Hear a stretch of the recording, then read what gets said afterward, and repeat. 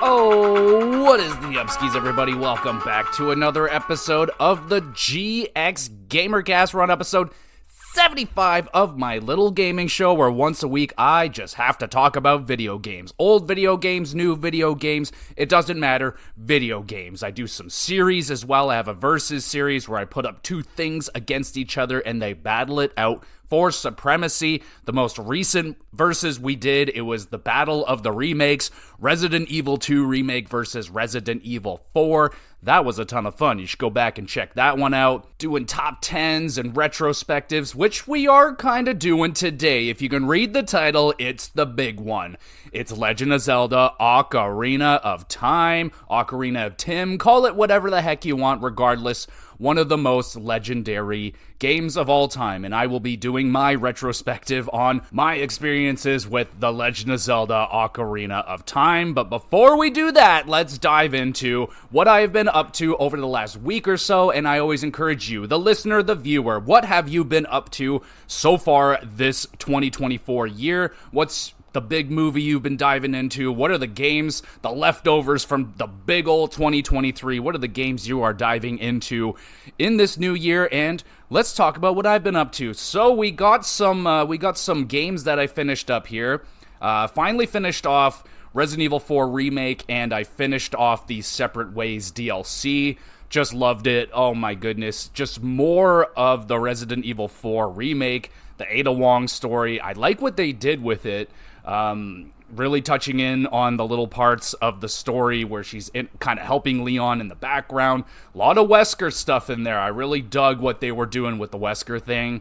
I am amped. I may be one of the most amped people for the Resident Evil 5 remake whenever that does happen. I am very curious how they're going to tackle that one. It's going to be a tricky one. I still think Resident Evil 6 is going to be the trickiest remake to do, but probably the one they might be the most antsy to get to, because Resident Evil 6 wasn't that good. Regardless, Separate Ways DLC, well worth the money. I think it was $13. I got a solid 4, maybe 5, maybe even 6 hours out of the DLC. It was well worth it, and it was a ton of fun. Good boss fights. Yeah, it was good. Sadly, no, I just won't say it, but there's someone in there in that DLC that I wish I didn't have to see again, but it was in there, so there you go. But the Separate Ways DLC was well worth the money. Still getting through Dave the Diver, spending more time with that now that I'm done with my Resident Evil stuff. And I'm just, again, every time I go back to Dave the Diver, there's like another little new thing that's happening. Another funny moment is going to happen. There's so many zany, wacky characters in Dave the Diver, and yeah, it's just a game that I love coming back to. Easy to pick up, and yeah, working my way on getting a review done for that. Probably still a few weeks away from that, but I am plowing my way through Dave the Diver and really enjoying myself. And now, Star Wars Jedi Survivor is my main squeeze now. That's the one I'm putting my most focus on, and holy shit, man. Like, I can't wait to talk about this one in more detail. I will be doing a review of this one. I'm not going to promise it for next week because I don't really know how far into Star Wars I am. But that's my main squeeze right now. I'm spending lots of time with Star Wars, and my goodness, I had a moment with the game today that just knocked my socks off. It absolutely blew me away. I was like, wow, this is insane. Exactly where I was hoping they were going to get to with this Star Wars series. The first game was way better than I thought it was going to be, but there were some problems, and I was hoping the sequel was going to just work on everything that was a little bit wrong with it, and so far, so good with Star Wars Jedi Survivor. The game is gorgeous, and yeah, a ton of fun. Really enjoying that one. Speaking of a ton of fun, I dived into this one last night. Metal Hellsinger. Holy shit. Played about an hour of it last night, just before I just wanted to kill an hour. I didn't really want to get into Jedi Survivor at the time, and I was like, oh, let's try out this Metal Hellsinger. It's been on my list for a long time, and wow, is this game a fuckload of fun. Oh my god, is it ever fun. So it's kind of like Doom, first-person crazy shooter in hell. You're like a demon, you're killing other demons, but you're doing it at the rhythm of metal music, man. And it's like metal music, not like not like hardcore metal music, like screaming and stuff. And I love and hate that music. Like, I really got to be in the mood for it. And last night I was in the mood for it. Apparently, I was headbanging. It was so much fucking fun. And at the moment, like, I never finished Doom 2016, and that game just didn't really jive with me that much. But so far, I'm loving Metal Hellsinger. Wow. It is a ton of fun. Playing it on PS5 right now. They just dropped it on the PlayStation Plus or whatever, so I was really wanting to try it, and wow, it's so much freaking fun. I am having a ton of fun with it. I don't think it's going to get a review or anything. It's not a very long game. There's not a lot going on with it, but if you like metal music, you like first-person shooters with frantic, fast-paced action, check out Metal Hellsinger. You will not be disappointed. It sucked me in no time. It's very easy to get in there. The music is awesome as long as you're into that kind of music. If you're not into it, then you're not going to love it as much as I am. I recommended it to my friend who loves that kind of music, and he's like, that sounds incredible, and I'm waiting for him to let me know how he likes it. But Metal Hellsinger, y'all, that game is tight. Check it out for sure. And now let's talk about some movies. So I watched Saltburn. Saltburn. Okay, so very weird movie. Was not for me. I will say that right now. Not for me. Wasn't a bad movie, but there was a handful of scenes in there that were just too much for me. I was like, oh, hell. And like, I can handle a lot. I've seen lots, okay? And this movie actually just made me go, oh, come on now. And like, I had to look away at a couple things. So yeah, it does have some pretty good acting across the board, I would say. Not outstanding. Some performances were better than others. It's just the story is weird. It's kind of this slow burn and leads to a pretty big kind of turn, I guess. It's dark. It's a dark movie. It's very fucked up in a lot of ways. It's definitely not for children, and it's definitely not for everybody. I've heard both spectrums. People say it's one of their favorite movies they've ever seen, one of the best they've ever seen, and others are just like, this is trash. I would be closer to the side of trash, but I didn't think it was bad. It was, I guess, worth a watch, but it didn't leave me with much other than like just kind of pondering what the fuck those like 3 scenes were: the bathtub, the cemetery scene, and the one scene I did really like though was like later on in the movie, everyone's kind of, after a big situation just went down, everyone's kind of eating at the table and trying their best to just pretend nothing's going on, nothing's wrong. That scene was really cool. I like that scene quite a bit. But Saltburn, not really for me. I'm at a 6 out of 10. I didn't hate it as much as others, but definitely didn't love it as much as some of the other people did. I don't know what movie they saw. Like, yeah, it has a good little twisted ending, which is like, oh snap, but like, I don't know, it didn't hit for me. Like, maybe it's because I've seen something similar to that. I don't know. But it seems like the younger crowd likes it more than the older crowd. So I'm 30, so I guess I'm in the middle. I don't know. It wasn't for me. 6 out of 10. And I've got into John Wick 4. Now, it's too big. It's just too damn big for me to tackle in one sitting. So I broke it up in half. I watched the first, I don't know, 2/3, first half-ish part of the movie. Found a nice spot where I was like, all right, this is a good pausing stop. Stopped because I was getting sleepy, and not because of the movie. The movie is out of control, amazing, holy shit. I wish I could have seen this one in the theaters. Obviously, it would have been amazing in the theaters, but the music is excellent. I'm watching it with headphones, trying my best to get the best movie experience I guess I can get. But the music is excellent. It really just, like, if Cyberpunk became a movie, I feel like John Wick is kind of the closest thing. And I'm just getting a lot of that Cyberpunk 2077 vibes. And the characters in John Wick 4 are outstanding, man. Like, John Wick kind of seems like he's on the back burner. Like, we know John Wick. Like, John Wick is an established character at this point. We're in the 4th movie. We know what John's all about. It's kind of the other characters I'm really getting into. The blind assassin in this movie. Oh, wow. This guy is badass as fuck. I think he is so freaking cool. And Bill Skarsgård, I think that's his name. He plays Pennywise in the It movies, but he's in this movie. He's like the main kind of villain guy, and every single second this guy's on screen, I'm drawn into him. He is just such an interesting actor, very facial, he's very... I get drawn to that guy. He's a very cool, very interesting actor, and so far the movie is outstanding. The action sequences are insane.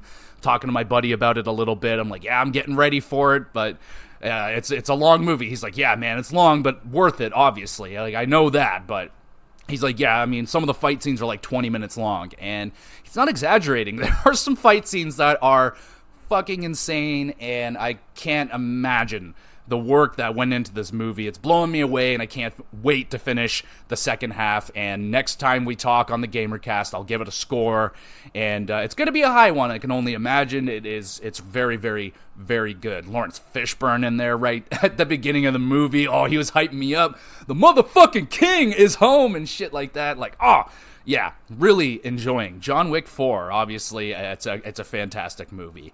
In terms of TV shows, my wife and I, we got into one. I think it's called God's Favorite Idiot. It's on Netflix. Just a solid little comedy show. It's nothing crazy. It's not blowing me away. We're having a couple giggles. It's solid. It's interesting. If you like The Good Place, you might like this one. Kind of plays with that heaven and hell kind of comedy right there. I'm liking it. It's good. It's got that Jenny McCarthy and kind of her group of merry men, I think, anyway. But I like Jenny McCarthy. She's pretty damn funny, and it's a solid show. I wouldn't say drop everything and go watch it right now, but if you're looking for an easy to watch comedy on the side, you can do worse than what the fuck did I call it? God's Favorite Idiot. Pretty good so far. I think we're just about to get into season 2. And that's it, everybody. That's what I've been up to over the last week, and let me know what you have been up to, and let's get into it, y'all. Let's talk about this legendary game called The Legend of Zelda Ocarina of Time.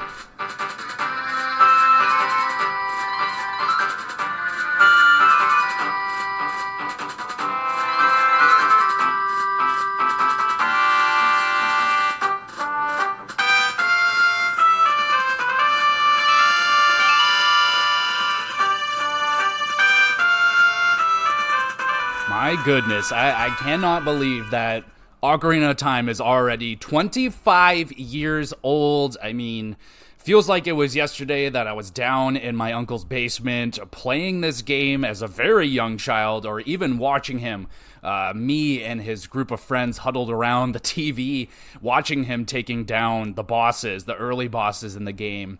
And oh man, this game, I think almost every video game when I was young kind of scared me, and Legend of Zelda definitely gave me a little bit of scares. Like, I definitely was not playing the game the way you were supposed to when I was a kid. Mostly, my earliest memories with Ocarina of Time was just me getting on Epona, and Epona and I just riding around in Hyrule, just chilling. I forget the name of that area, or if there's even a name other than the Hyrule Field, but you're going out there and you just cross the bridge out to the big tree where you shoot the fire arrow into the sun. But I would just hang out there around the water and just hang out until it gets nighttime and all the scary monsters come out, and I'm fucking out of there. I'm going inside, maybe into the laboratory, even though that place was creepy too. But yeah, generally that's all I was doing as a kid, just riding around in Hyrule Field, which was now we'll kind of rip the Band-Aid off a little bit. Now this was Legend of Zelda's first dive into the 3D world, and I know there are the haters of the 3D just 3D video games in general, more of the older crowd that grew up on the side-scrolling 2D video games, and then there's the people that just love the 3D Legend of Zelda games and don't like the 2D ones, or there's people like me that I like them both. I like the 2D Zelda games, even though I don't really think I've played many of them other than the handheld ones. I've tried out the original Legend of Zelda on the Nintendo, but I never finished it or anything. Now, I would say I definitely lean towards the 3D Zeldas because that's the ones they make now. They don't really do any 2D Legend of Zeldas anymore, really, but yeah, it's a bit of a controversy, especially the conversation of what is the best Legend of Zelda of all time. And it's only gotten harder now with things like Breath of the Wild coming out. Tears of the Kingdom really makes the conversation of what's the best Legend of Zelda even tougher. But that's an episode for a different day. Today we are spending time with Ocarina of Time. Look what I did there. That's good. That's good stuff. But way back there, though, in 1998, that was the age of 3D, the dawning of 3D gaming. Though it wasn't the most blissful time, and not all the games from that era have aged gracefully. Even your legendary Marios and even your legendary Legend of Zeldas didn't age the best from that era, but I still think that Ocarina of Time, and sure, I'll even throw in Super Mario 64, I feel like for that time where everything was so new, especially Mario, that was the first of the first, like damn near first 3D game ever made, and they did so good. And Zelda came out later, had a little bit more time, had a little bit more time to see how everyone was engaging with the 3D market. And yeah, Zelda, I still think it holds up, though there isn't really much of a reason to go back and play the original Ocarina of Time because there is the 3DS remake. Now, not everybody has a 3DS, but there is the upgraded version, and I still think you could play the OG Ocarina of Time. They have it on the Switch online. It's still playable. Absolutely. It was, for the longest time, my favorite game of all time. Now, I didn't get to actually finish and play the game properly until I think it was 2005.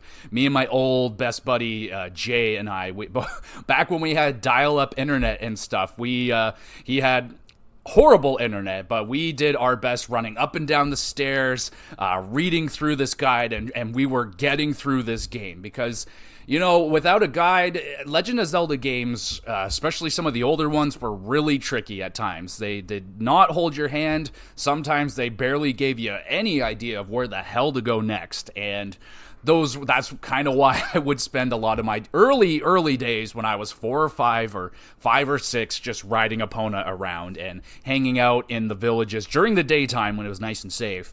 But me and the homie Jay, oh man, running up and down the stairs, slowly reading the pages as they're slowly loading and getting through each and every one of the temples. We'll spend some time with all the temples and the bosses and all that stuff, but for now, early memory lane time. So finally got through the game in early 2005, 2006, finally got through it and was in love. And for years and years and years, I would play Legend of Zelda at least once a year. I would collect everything. I learned how to do everything in Legend of Zelda. I found all the little most of. I can't say I found everything. There's a lot of stuff in Legend of Zelda, and I'm no expert, but I used to play the game every single year. I would get that craving. It's like, oh, it's time. It's just time. Like the people that have that video game, and you just know it's time. Like it's time, and that used to be Ocarina of Time. Now, I don't really do that. I don't have that with video games anymore. I don't have that kind of game I always go back to. Maybe it's Mass Effect. I always seem to go back to the Mass Effect series and just play through that a lot. Maybe that's my game, but Ocarina of Time, man, for forever was my favorite game of all time. I think until Breath of the Wild knocked it off, so there's kind of an early teaser to what my all-time favorite Legend of Zelda list is going to look like, but it took a long time for Ocarina of Time to get knocked off. When the 3DS remake came out, it just bolstered, even at the time when that came out, people were already ragging on like, oh, it didn't age the best. Look at the pointy characters and how foggy the game looks at times. But Ocarina of Time is one of the most legendary games of all time. When it came out in 1998, it was massive. It changed everything for Zelda. It changed things for Nintendo. And yeah, it was kind of in a way one of the earlier open world games. Like, I know if you see what Hyrule Field is now compared to, I don't know, the newest like Elden Ring or something like that, Red Dead Redemption, it's got nothing. It's just basically a big open field with some enemies on it and a few buildings to go check out. It's nothing crazy for today's standards, but shit, dude, back then, walking out onto Hyrule Field for the first time, it's one of those moments, walking out of the vault for the first time in Fallout, that kind of moment where you just jaw is dropped, you are blown away at what you're seeing right now, and you're like, this is the pinnacle of video games, it will never cross this line, and then it crosses the line. It always crosses the line, but it was one of those games at the time that it was like, I don't know how we get any better than this. Like, this is insane. But like I said, there were even haters back then when the game came out. They just did not jive with the 3D games, and I get it. I mean, 3D gaming in a way killed gaming for my dad. My dad used to play video games all the time, but once analog sticks came in, he just kind of lost it, and it just didn't work for him. So I can understand it. I'm not shaming people if they don't like Ocarina of Time. I get it. But it worked for me, and I love it, and always will love it. And it was my game. It was my baby, my boo, and I loved it. And I did a Let's Play of it on YouTube. Never got to finish it, sadly, but it is what it is. Everyone had to do a Legend of Zelda Let's Play back in the day when you were doing Let's Plays. Like, you're not a real Let's Player until you do a Legend of Zelda one. So that's how it was. But in 1998, man, the graphics were cutting edge. They were very, very good. I know they're a little bit laughable now. You play the original or whatever. Yeah, the character models are extremely pointy. Link's nose is super pointy, but it worked.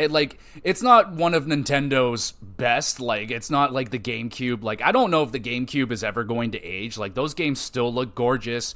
But yeah, on the N64, those are the ones, that's like the one system where Nintendo games didn't all age the best. There's a handful that did okay, but yeah, I think Legend of Zelda still, for me, I could be argued into like, yeah, it's not a good looking game anymore, but I'm still fine with it. Like, I think it's still fine to look at. I could play it and not be bothered with the graphics, but I grew up on it, so yeah, it doesn't bother me. But shit, back then, man, it was crazy to see all these creatures that we used to see in 2D and all these little sprites coming into a 3D model and seeing what the enemies of Legend of Zelda like really look like. Sadly, we got a really close look at the Re-Deads, one of the most terrifying fucking things ever in video games. If you wanna take a list or take a look at my top 13 scariest enemies of all time, the Re-Dead is on there, and particularly the ones from the N64 era. Holy shit, man! Like, going into, like, it would always depend. Like, whenever I would play it as a young kid, I didn't have my own save file. I didn't have an N64. Growing up, I was a PlayStation 1 kid, so I would go over to my uncle's house and go onto his save, but I wouldn't do anything. I would never delete his thing. Don't worry, I was a good nephew. I wouldn't be a dick, but I would just go around, and depending where he was in the game, sometimes he would be, I think it's when you're an adult, you go into the time in the future, and you come out, and the fucking town is just swarming with them. So sometimes I would get caught into that, and those things were just nightmare fuel for me in the video games. Just that time in the game when you go to the future and you're an adult, and Death Mountain up there is looking just ominous. The sky is all dark. It used to scare the hell out of me, man. Like, things scare you easier as a kid, but that was unsettling for me as a kid, and I still think that in particular, the Temple of Time area, I still think that particular screen, that shit looks really good, man. I don't even care. But that is another thing that was also kind of really underratedly awesome. Like, there's a night and day cycle. Like, different shit would go down at nighttime. There was even some particular, like, side quests that you'd have to do at nighttime. And of course, the game gets substantially scary at nighttime. Fucking skeletons are jumping out from underneath the ground, and ghosts and pose or whatever the fuck, aliens, I think are in this one. It might be Majora's Mask. I'm a little rusty. It's got your freaking good classic Legend of Zelda variety with the temples. You got the fire temple, you got the ice, you got the water. You got the water, don't worry, we'll talk about the water temple. We have to talk about it. But there's bigger areas. Obviously, it's a big game. But honestly, like, now that I've played Link to the Past, it's not as, like, I could see, like, it's definitely bigger, obviously, but because the scale of Link to the Past is kind of like pulled out a little bit, and Zelda, it's big though, but you can see like what they would have wanted to do, but obviously the technology wasn't there on the Super Nintendo, but you can kind of see the world of Link to the Past just ballooned out, brought into that 3D size in Ocarina of Time, because you got your forest area, you got the desert areas, you got your big fields, and yeah, man, it's impressive. Like, obviously, it's not as filled out as we're used to in games today, but man, was it ever fucking something, like, going to all these different areas in this huge size. Like, yeah, man, it was really awesome back then. Like, I know saying it out loud, it's not that appealing. Like, oh, I just get a ride in this big open area with not a whole lot to do, and you know, graphically, it's not going to blow your mind anymore, but it did back then, so I really enjoyed all these different areas, going to the sand areas and shit, and obviously all these freaking temples. We will get to the temples, but first I got to talk about this music, man. The music in Ocarina of Time, I think across the board, I feel like everybody's on the same page here.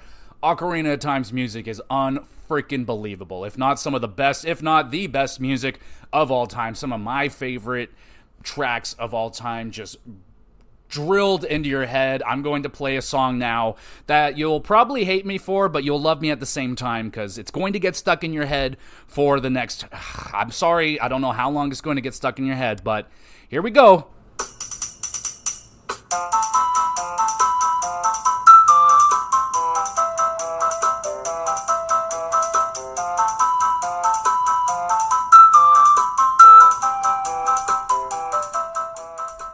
I am so sorry about that, y'all, but it had to be done. You have to play that song. The only thing that sucks about that song is that it is just seared in my memory with those fucking terrifying, because you're in that maze in the Lost Woods. Oh, that's what the whole fucking thing is, a maze. Don't like mazes, but then you got these big terrifying like troll creature things. I don't know what the fuck they're called, but those things terrified me. Like when they see you, they go roar, and then they charge at you with the big spears. Fuck those things. But thankfully you got to listen to that fantastic music, and that's not the only music in there, y'all. I'm gonna torture you with a little bit more.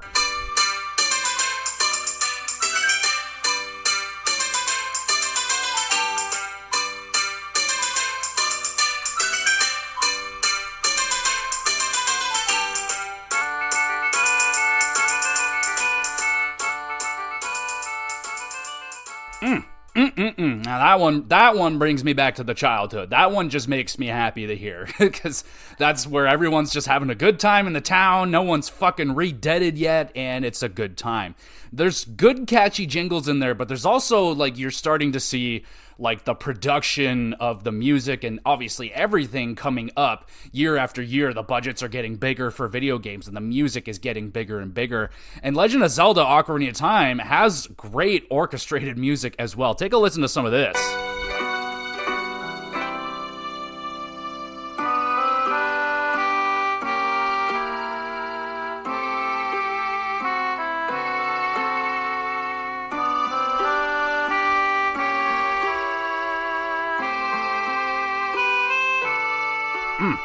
That is some good shit right there. Obviously, the music in today's Legend of Zeldas has gotten to an even crazier scale. But man, the Ocarina of Time, it's goated. It's one of the greatest soundtracks for me personally. I love it. All the little jingles, especially the little ocarina tunes, Epona's song, the Sun song. Oh my goodness, they're so freaking... The Song of Storms, like, come on. There are so many good freaking songs. And obviously, I don't have it anymore, but I used to have all those songs memorized. All the little freaking buttons. I used to know all the songs. Just, I need to call Epona, bam. Oh, I need to make it daytime, bam. I need to make it rainy, bam. It's done. It's done. And I like all the little... I think they're called like preludes, interludes, or whatever. The ones that Sheik comes down and plays with you before or after you get through the temples, whichever. All those little jingles are really nice. Oh my goodness. And I guess we should talk about some of the characters. I mean, it's safe to say the music is goated. It is all time. It just took what they had on the Super Nintendo and took it to another level. Yeah, because there's a V in another. So there you go. But obviously the characters, man, like seeing Link in this way. I still think it's one of the most iconic Links for me personally. That's the Link that, he was in Smash Bros. I loved playing Link in the N64 Smash Bros. That was my guy, and that was the look. I'm like, oh, that's exactly how he was in the Ocarina of Time and Majora's Mask. I know he's all pointy and funny looking. He's got a big pointy nose and big pointy ears, but I love that Link. I like you can change the colors of him. It's more so in Smash Bros. In the actual game, they have more features for the colors. Wearing the red tunic allows you to be in hot places, and the water one, I believe, lets you swim underwater for an extended period of time. Again, a little bit rusty. It's been well over a decade since I've played Ocarina of Time. I hadn't played it since the remake came out on 3DS.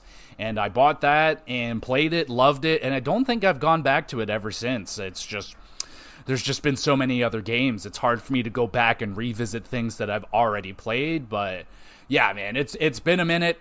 But I guess a little bit of a spoiler alert for the 25-year-old game. But Sheik, man, like Sheik was such a cool character. Looking, I think that look is still so freaking badass, and I was huge for us back in the day. Here comes the spoiler, but Sheik being Zelda the whole time, I was just like, damn, I did not see that one coming. Young, undeveloped brain me, I just got blown away by that. I thought that was insane. I thought Sheik was some badass, like, ninja dude, but no, it was a badass Zelda princess instead. So that was badass. Really enjoyed that. Sheik was a really good character. Now, Impa, her freaking, like, bodyguard or whatever, I have a personal love for her in the Ocarina of Time because I used to do a big, stupid voice for Impa when I did the Let's Play for it. And I would be on Audacity, and I'd make my voice really deep, and I'd make her talk like this, and stuff like that. So now every time I see her, or just say the word Impa, I just get transported to that fucking scene, me making that stupid voice with her. So I love Impa. Ganondorf's got a cool look for that time. Like, it's pretty iconic. It's more of that humanoid look that we're a little bit more used to now. And then, the big transformation at the end, that was more what the old school crowd was used to. And yeah, that blew me away. I remember, again, we were all huddled around watching my uncle take down the final form of Ganon, and that shit just blew me away, man. Like, I was like, this is insane. You are a god if you beat this thing. And of course he did. So, wow, that was cool. But I like the look of Ganondorf in this one. He sounds a little goofy when he talks. But I guess he kind of sounded goofy back in the older games too.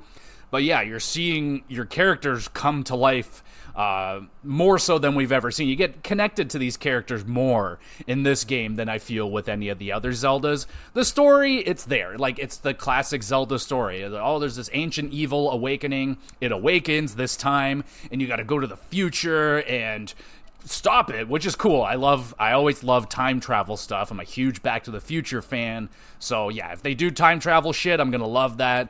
Is it the craziest story of all time? No, they're still basically doing the same kind of storylines now with the Zelda games. That's never been the big reason why you're going to play a Legend of Zelda. You're kind of there for the gameplay and the puzzles and the innovations and the music and all that great stuff. But the story's there, it's fine. I was never super engaged with it. I never liked the big long cutscenes where they're talking about the spirits or whatever. Like, it's kind of cool seeing, like, the making of Hyrule, right? Like, the fucking, like, oh, this fucking comet, this blue comet just goes across. Now there's the sky, and I mean, that's kind of cool, right? It's an interesting way to kind of lay out some groundwork for the Zelda story. Even, like, I know they're all convoluted and none of them are really connected, but they're sort of connected. That's why I don't bother with the story of Zelda. Every game is a new game for me. That's how I feel to develop. I think that's how it's supposed to be. Each Legend of Zelda story is like its own legend, right? So, but anyway, that was weird. That was a tangent and a half right there. But characters are dope, and you get more attached to them now, and I think it's time we'll get into the main part now. Let's start talking about the gameplay and the temples and the bosses, and yeah, we'll talk about that shit. So, Gameplay-wise, obviously, it's a huge difference from the old-school games. You're now on a 3D plane, and this is the introduction of the Z-targeting. The love it or hate it Z-targeting, they're still doing it now, and it was game-changing back then, man. Like, that was a big, like, obviously, cameras were the big kind of hurdle that developers were dealing with back in the early 3D gaming world, was like, how the fuck do we get this camera to work? How do we get it to not get in the way? How can we get it so that the player can see what the fuck they're doing? And Z-targeting was a fantastic way, super easy, like, love it or hate it, again, with the N64 controller, one of the strangest designs ever for a controller. You know, it's not a controller that I like going back to, but in the time when I was using it, I didn't hate it. I thought it was fine. For some reason, I hated the GameCube controller like the second I touched it. The second it touched my hand, I was like, no! Just denied that thing immediately. But yeah, the N64 controller, it's not great. It's not a great controller, without a doubt. But Z-targeting helped a lot, man. It was very simple, very easy. You just lock in onto the guy that you want. The camera will stay stuck to you, and you can see everything that you're doing. The movements were great. They're still very similar to the games that they're making now, with the backflipping, the side strafing, and dodging. It works great. The swordplay, simple but effective. Just hit the attack button, you swipe your sword, you can do the big kind of leaping, jumping attack, which is great. I think the combat, especially for back then, for this kind of new area, it was game-changing, it was groundbreaking, and they're still utilizing it today in their games. So it goes to say that that Z-targeting system has stood the test of time. Very, very good system for those kind of games. And then you get, of course, you get all the Legend of Zelda.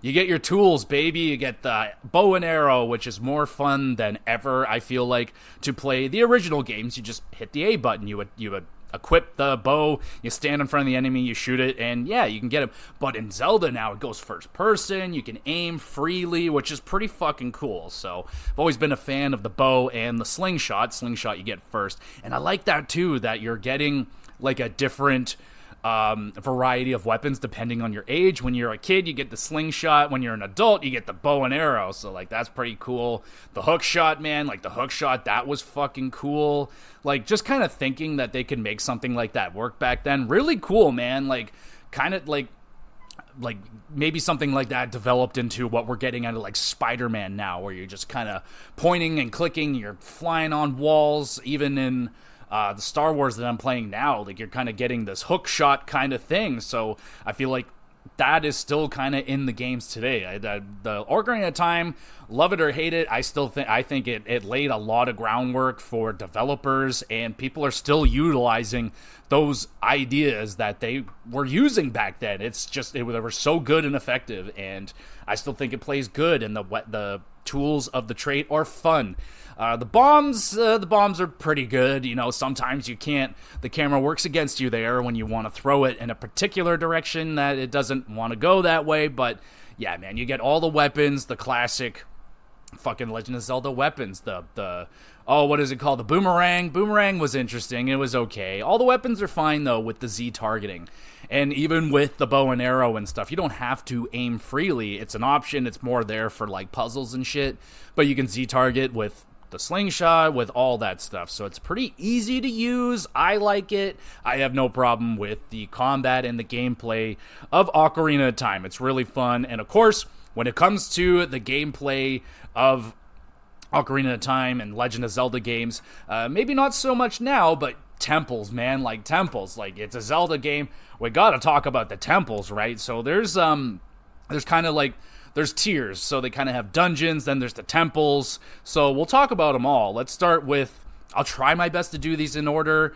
So you start out with the Deku Tree, kind of your basic starter temple. There's some interesting ideas thrown at you there. You're getting your slingshot. You're getting introduced to, like, being able to light the stick on fire and then rolling on the spider web to open up that passage. Fucking really, really cool, man. Like, I know it's simple and primitive now, but back then we weren't thinking that way as gamers. Like, that's just not something that would, you know, happen. And I remember doing that and I was like, whoa, that actually worked. Like, that's what I was supposed to do. And, like, And Zelda games today, they're still breaking that mold, man. Like, I'm like, oh, can I do this? And then, yeah, absolutely you can do that. It's a Zelda game. So they were already, they're always been doing that. But even back then in the Ocarina of Time, it was still making me like, can I do this? Yes, you can. So that little shit like that was blowing our minds back in 1998. So that was really cool.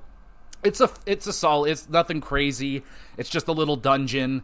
The final boss it's a laugher. You can literally beat it in like 10 seconds, I think. I used to pride myself on how fast I could take down Goma. I remember that fucking name. I have the list here in case I get stuck. But Goma, just kind of your big, spider looking thing with the classic big red eye that, I wonder what I have to hit. But you're hitting the big red eye. And they utilize that formula. Like, you go into the temple, you're doing some stuff, and then you find your big new item. And in this case, it's the slingshot. And then you're going to use that item to finish off the rest of the temple and take down the boss. That's your formula for most of the Zelda games up until, like, Breath of the Wild. That's kind of how it always worked. And, yeah, I enjoyed this first temple. I loved flying through it. I used to crush this temple in no time. Not like the first time I played this game, man. Everything was a slow grind. All right, what the fuck do I do next? Okay, where's this? What's that? But it's a very easy, simple temple inside the Deku Tree, which is pretty badass, going inside of him. And, removing the evil, if it were. And then the next one, you get to the Dongo's Cavern. It's okay. Like, the two fire areas in Ocarina of Time, not my favorite. They're kind of just like, they're okay. Like, I don't love them, don't hate them.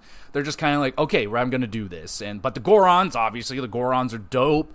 They're super cute. They roll around, and they're kind of doofusy looking, but they're so cute. I love the Gorons, super adorable. What is the boss in Dodongo's Cavern? That's the big guy that rolls around, right? King Dodongo. Well, that makes a lot of sense. This boss I liked. Rolls around, you gotta throw the bombs inside of its mouth. I remember fighting this exact style of boss in the Game Boy Color one. I can't remember if it was Oracle of Seasons or Ages. I don't remember which one I played. But this exact same boss was there. Big giant Dodongo, and you're supposed to throw bombs in its mouth when it's open. For some reason, I never was able to kill that boss in the GameCube or the Game Boy Color version. But yeah, King Dodongo in here. Pretty cool, kind of an intimidating boss-like level. You're in this big kind of square room with the outsides being safe, and then the middle part is like all lava. And I like when you kill him, he just rolls into the lava and just sinks in. He just... So, yeah, King Dodongo, solid fight. Again, that's where you're getting introduced to the bombs. Use the bombs to kill him. It's a good time. Then you move on to Jabu's Belly. This one I don't love. Not a big fan of Jabu. You get to introduce yourself to the Zoras, which look fucking awesome in Ocarina of Time. Really like the way that they designed them. But then you got to deal with the queen and carrying her around throughout this little dungeon. A little bit unpleasant. Enemies are a little bit unpleasant as well. I think this is where you're getting the boomerang. You're going into those fucking rooms with the long, like, tentacle things, and you gotta hit them. That's kind of annoying. The dungeon itself is really cool. You're going inside this giant fucking whalefish thing, so you're inside of a creature, which is great. I love that. That is so fucking cool. The overall dungeon, though, it's kind of whatever. It doesn't do a whole lot for me. It's very memorable. Going through the doors, if you can call them doors, I don't know what the fuck they are, because you're inside of a body, but it's just like the noises in it are just like, yeah, it's spot on. It's really, really cool. Really inventive, very, very creative dungeon. You get the mini boss fight with that giant fucking whatever the hell it's called. Let me see. They got a whole section here. Big Octo is what they call it. I never liked that fight. You're just you're in the big circular room. You gotta like kind of run around a circle and hit it in the ass. Do that a few times and you win. The main boss fight, Baronade, pretty cool. I remember watching this one, my uncle fighting this thing as a kid, and I was just like so overwhelmed with everything that was going on. It was just kind of like too much for me to process, because this thing's like spinning jellyfish around, and like it's got spikes on it and shooting like electricity, puke, or whatever the fuck. This is a cool boss. It's a cool boss. It's easy. I think all the bosses in Zelda are fairly easy. They're pretty easy to figure out. Again, I think you're using the the boomerang to take down this one. It was a solid fight. I enjoyed this one. So that's the end of the dungeons. You just kind of like, they're basically trials. They're like kind of before you get to the big boy temples, okay, finish these little dungeons, and that's how you get into the Temple of Time, and you can advance time. So you do that, and then we get into the big Kahonas. Now we're getting into the main temples of the game, and you start out with the Forest Temple, which I've never really liked the Forest Temple all that much. I always tend to get lost here. I know everyone always says they get lost, and Water Temple is super fucking confusing, but for some reason I always seem to get stuck. Even when I was in my prime playing this game fucking every year, sometimes twice a year, I would always manage to get a little bit lost in the Forest Temple. The music's kind of creepy and eerie. I'm not huge on the music. And of course, those fucking hands. The hands that come down in the ceiling. Fuck those things. They're terrifying. They've always been terrifying in Zelda.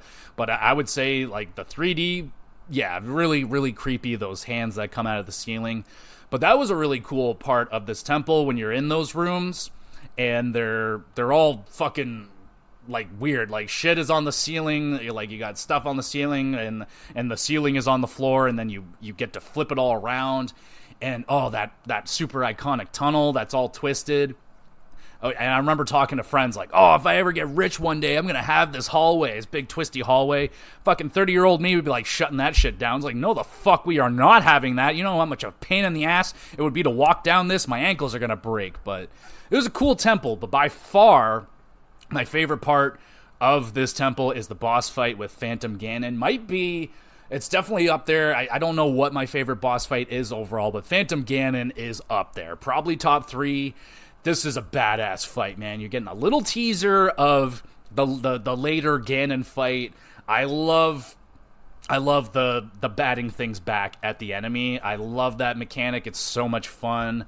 And, of course, like, it's such a cool boss fight, too. Like, he's super iconic. Like, he's super cool. Look, he's badass. He's this ghost phantom, kind of almost a flaming skull for a head, and he's riding the horse, and then he goes into the paintings. You're just surrounded by these huge paintings. He goes into the paintings, you see him riding the horse in the painting, and then you gotta find out which painting he's gonna ride out of. Love it. I think that is so freaking cool. I love this boss fight, and yeah, definitely one of my favorite ones. Overall, Temple, not my favorite, but it's not bad. It's okay. Phantom Ganon, though, oh my god, love that fight.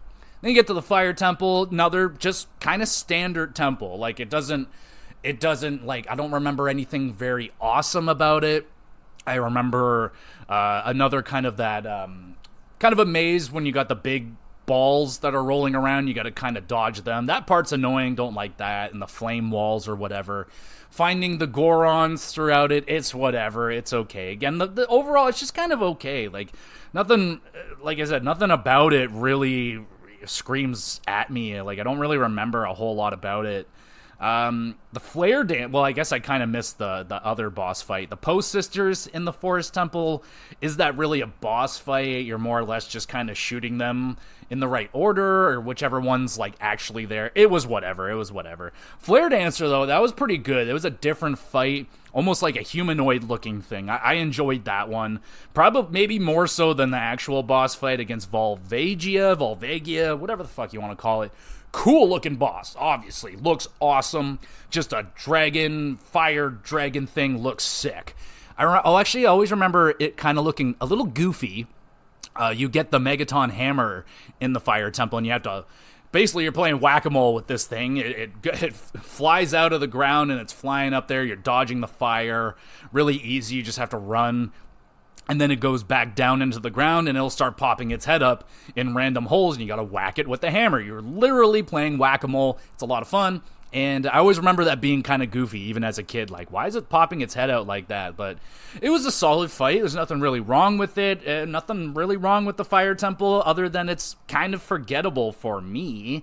And then we get to the one that everybody loves to talk about, the Ice Temple. Just kidding. But, yeah, the Ice Temple, again, kind of... a little bit forgettable, and it's never been my favorite mechanic. Sliding around on ice, it's just never been my thing. It's just annoying. It's preventing me from doing what I want to do. It's just move normally. And yeah, the little ice puzzle and you're moving the blocks, not my thing, and it's quick and forgettable. I barely even remembered it. I was like, Ice Temple. And it's not even really a temple, really. It's kind of a sub-dungeon, I guess. But yeah, you just fight some of the white wolves or whatever. Those things always creep the hell out of me a little bit. But yeah, kind of a forgettable dungeon. I barely remembered it even existed. And now for the legendary Water Temple, which, yes, it is a fucking nightmare the first time you go through it. Absolutely, hands down. It's super confusing. Moving the water levels up and down and fucking finding these secret rooms and shit like that. But once I got through it, I was like traumatized by it. Like I imagine a lot of us were like lost as fuck, had no idea what the hell you're doing. Then once you get it, it was like locked in. I can get through the Water Temple with no problems. Like when I said I would get consistently stuck in the Forest Temple, no matter how many times I went through it, I didn't get that with the Water Temple. Like once I had it, and it wasn't that bad overall. Like it's definitely, yes, it has a reputation for being awful, but once you get it, it's really not that bad. On revisits, it's not the worst. It's not even, I don't even think it's my most hated temple. I don't hate any of the temples. They're all just kind of like I can get through. The Water Temple don't bug me no more. So that's that. It is what it is. But yes, it's extremely confusing. I always cringe when other games try to do something like this, where there's like a level thing where I got to raise the levels of water more than likely. I don't like that. It's convoluted. It's confusing. There's a lot of rooms and levels, obviously, to manage, and it's easy to forget where you have and haven't been. But you do get the unbelievable sub-boss fight with Dark Link. That shit is so cool. I love the arena for it. You just get into this area and it's this huge open like abyss, basically. Feels like you're dead. And then there's just a tree there, and then you go up to the tree, there's nothing, you go back, you go to walk away, and bam, there he is. You're like, what the fuck? So freaking cool, man. Like, it almost reminds me of like a Souls series, like I don't know. It just reminds me of like a really badass, like old Japanese movie. I don't know, man. It's just such a cool set piece. It is so cool. And the boss fight is tight, man. So cool. It just mimics your every move. It can be a devastatingly hard boss fight, or it could be super easy if you know what you're doing. But I love that fight, man. So iconic. That look, that little giggle, that smile that he gives at you before you fight. Like, so freaking cool. I love it. And then the main boss fight, it's fine too. It's okay. I always get uncomfortable with the water bosses because I hate falling in the water, and it's gonna get me, and I get that feeling, like, don't touch me. But Morpha, it's not a very creative looking boss. It's just kind of a fucking tube of water, whatever, with an eye inside. But you're getting the hook shot in this one. You have to hook shot its eye, pull it out. And if you can corner it really good, you can take it down quickly. It's a whatever boss fight, does the job. It's not incredibly hard. Like I said, it's not an incredibly creative looking boss. They've had a way better looking water bosses, like Majora's Masks is quite outstanding from what I can remember of it. But Morphia, fine boss, nothing crazy about it. Then you get to some of the other sub ones. So you get down into the well. I may have missed where I'm pretty sure you do the well before you go into the Shadow Temple. And yeah, some horrific things happen down there in the well. That well terrified me as a kid. I would stay I went down at one time. I was like, oh, what's this well? Went down there and immediately got greeted by that like big floating skull that's on fire. I was like, nope, getting the fuck out of here. And I was right to, because you have to deal with that horrifying sub boss, the Dead Hand, that like re-dead looking thing. Terrifying looking. It didn't scare me as much as like the re-deads in general, but yeah, that dude is like nightmare fuel. I know a lot of people get terrified by that guy, so the well is just kind of scary. And then that leads you into the Shadow Temple, which is cool. I like the Shadow Temple. It's a little bit different than the other ones. You get that magic mirror, and when you use the mirror, you can see things that aren't there. So that's kind of the whole gimmick of the temple. It's cool. You get the, I remember the ship part. You get on the ship and you're just it's almost like a little gauntlet. Just get on the ship and you're just fighting enemy wave after enemy wave. Pretty cool. Like, again, Shadow Temple feels a lot different than, well, I don't know if a lot, but it definitely feels different from the other ones. And then you get to the boss fight, the legendary Bongo Bongo. I think everybody loves Bongo Bongo. Really cool boss. You're fighting him on a drum. And he's basically just these big pair of hands. But when you look at him with the mirror, he's this fucking, like, really wicked looking creature. Really like Bongo Bongo. The drums are a very cool touch. You're using his hand hitting on the drum, and it bounces you up in the air, and you got to hit him with the arrows, I do believe, and it'll stun him. Love this boss fight. Really, really cool. I think that would be in the top 3 as well, maybe top 5, but Bongo Bongo, man, like, great name, cool look, great gimmick. I mean, yeah, Bongo Bongo, that shit hits. Then you go out to the desert, you get caught in the Gerudo's jail. Interesting section. I feel like this is probably a love it or hate it because it's kind of a stealthy section. I know some people just can't be bothered with stealth. Others love it. I like stealth quite a bit. I like my stealth games, but this isn't really, the best done stealth section. It's no Metal Gear Solid in 1998, so I could do without this section. It's not that good. It's not my favorite, but the music is great. You got the music. Is there a boss fight there? Is there a sub-boss? Let me take a look here. I don't think so. You're just fighting like the Gerudo women or whatever, and they're all pretty challenging in that of themselves. They're one of the harder regular-ish enemies, I guess. And then you get to the Spirit Temple, which is another temple I really enjoy. I definitely haven't played it as much as I would like to, because, sometimes you start playing through Legend of Zelda, and you don't always make it to the end every single time. So I feel like this is the one that I'm the shakiest on the most, but I definitely remember liking this one, because you got to do a little bit of both. You got to come back to it when you're a kid, and you have to go to it when you're an adult. So I like that idea. It's pretty cool. You get the mirror shield, which, again, pretty cool gimmick. You sit there, you can direct the sunlight to figure out the puzzles, and you get the sub-boss fight with the Dark Knuckles. Love the Dark Knuckle fights. They're really good. I like, pretty much, like, if there's a Dark Knuckle in the Zelda, I probably like that fight. I remember it from Twilight Princess, that being one of my favorite fights as well. And the Dark Knuckles are really cool. Like, you're beating them up, and their armor's falling off, and they get a little bit faster and aggressive. Great fight. And then you get to a really cool one. The main boss fight, the Twin Rova, is that what they're called? Let me see. Let me pull up their little section here. I just want to make Twin Rova. Cool fight. They're 2 witches, and each one has an element. One's fire, one's ice, and you're like absorbing the power in your shield, and you blast out the opposite power on whichever one you're hitting. Cool fight. Really cool fight. Really like that gimmick. It's a fun fight. Yeah, I dig this one too. Probably in the top 5. And then you get through all that. You got all the fucking temples done. Now you got to take down Ganon's castle, which is like a gauntlet of all the temples. You get a little bit of each one, and I love that. I love each room just gives you a little bit, hey, like a final test. Like, hey, do you remember this semester? All right, here's your fire temple, here's your water temple stuff, here's your shadow temple stuff, and then you get to the Ganon fight, and oh man, love the Ganon fight. I don't know which part of it I like more. They're both really fun. I like the first part because it's just you and Ganon in a swinging fight. Like, so you can bat the energy ball and hit each other first. I love that.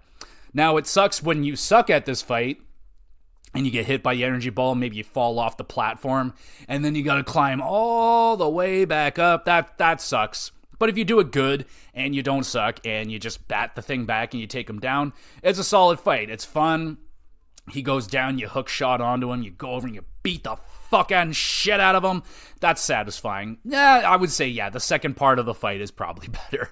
So then you do the crazy escape, you get up to the top with Zelda, and now the real Ganondorf comes out. Ganondorf arrives, this massive fucking pig, bear, man-bear creature, whatever the fuck he is, and it's badass. Look, I remember a lot of things about this fight as a kid. I remember watching my uncle take this dude down. It terrified me. Like, he looks very intimidating. Like, he's just massive. He is just towering over you. He's got these massive blades. He's roaring at you, and you're on top of the castle. Big fucking storm coming down on you. It's badass as fuck. Like, that would have been... It's got to be one of the most badass moments of all time. Like, oh, wow. That shit is crazy. And then the fight itself, really fucking cool, really fun. You got Zelda helping you out in her way, and you get the light arrow, and you got to fucking aim it up right into the right spot, and right in between the eyes, and you nail him, and he gets all fucking paralyzed. You go to the back. And I always remember that, like, I know it's his tail, but I always thought it was like a little piece of shit hanging out. I was like, what is he trying to take? He's prairie dogging over here. But yeah, you go back and whack his tail a bunch of times until he's dead, and then you get the icon. Like, is it a Zelda game unless Ganon gets fucking stabbed in the face? I like that. To finish off the game with the double slash, and you stab him right in the fucking face. Yum. Children's video games at its best. Now, it's no Wind Waker where you fucking shove the sword right into his forehead. How you doing? But damn, bro, that is The Legend of Zelda. You get the iconic, the classic ending with all your friends that you met along the way, and they helped you out, and everybody's happy, cheering, and all that great stuff.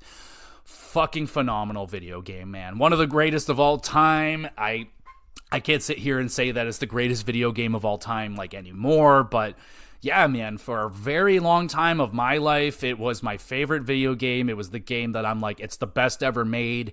Nothing's topping it for me. It's a 10 out of 10, and still to this day, like, it's a 10. It's a masterpiece. It was a masterpiece when it came out. It's not everybody's flavor, which is absolutely fine. But even if it wasn't my flavor, I would still give it its flowers. Similar to how I do with Mario 64. I don't like Mario 64 that much. Definitely not as much as other people do. But I still give it its flowers for the path, the trail that it made for other video games. Like, Mario 64 was walking so that Mario Galaxy can run, and so many other games, right? Same thing with Ocarina of Time. I think that Ocarina of Time was at a nice brisk jog, maybe even running, and so that fucking Breath of the Wild and Tears of the Kingdom can go at a full sprint kind of deal. Like, Ocarina of Time, it's been praised and loved so much, rightfully so. It's an incredible game. Music's amazing. It's all time, and it's got a really nice remake on the 3DS. Now, I at some point, you know, I think it's safe to say at some point Nintendo's going to do something with Ocarina of Time, maybe the 30th anniversary, maybe not until the 50th, but at some point they're going to rebuild this game. They're going to remake it.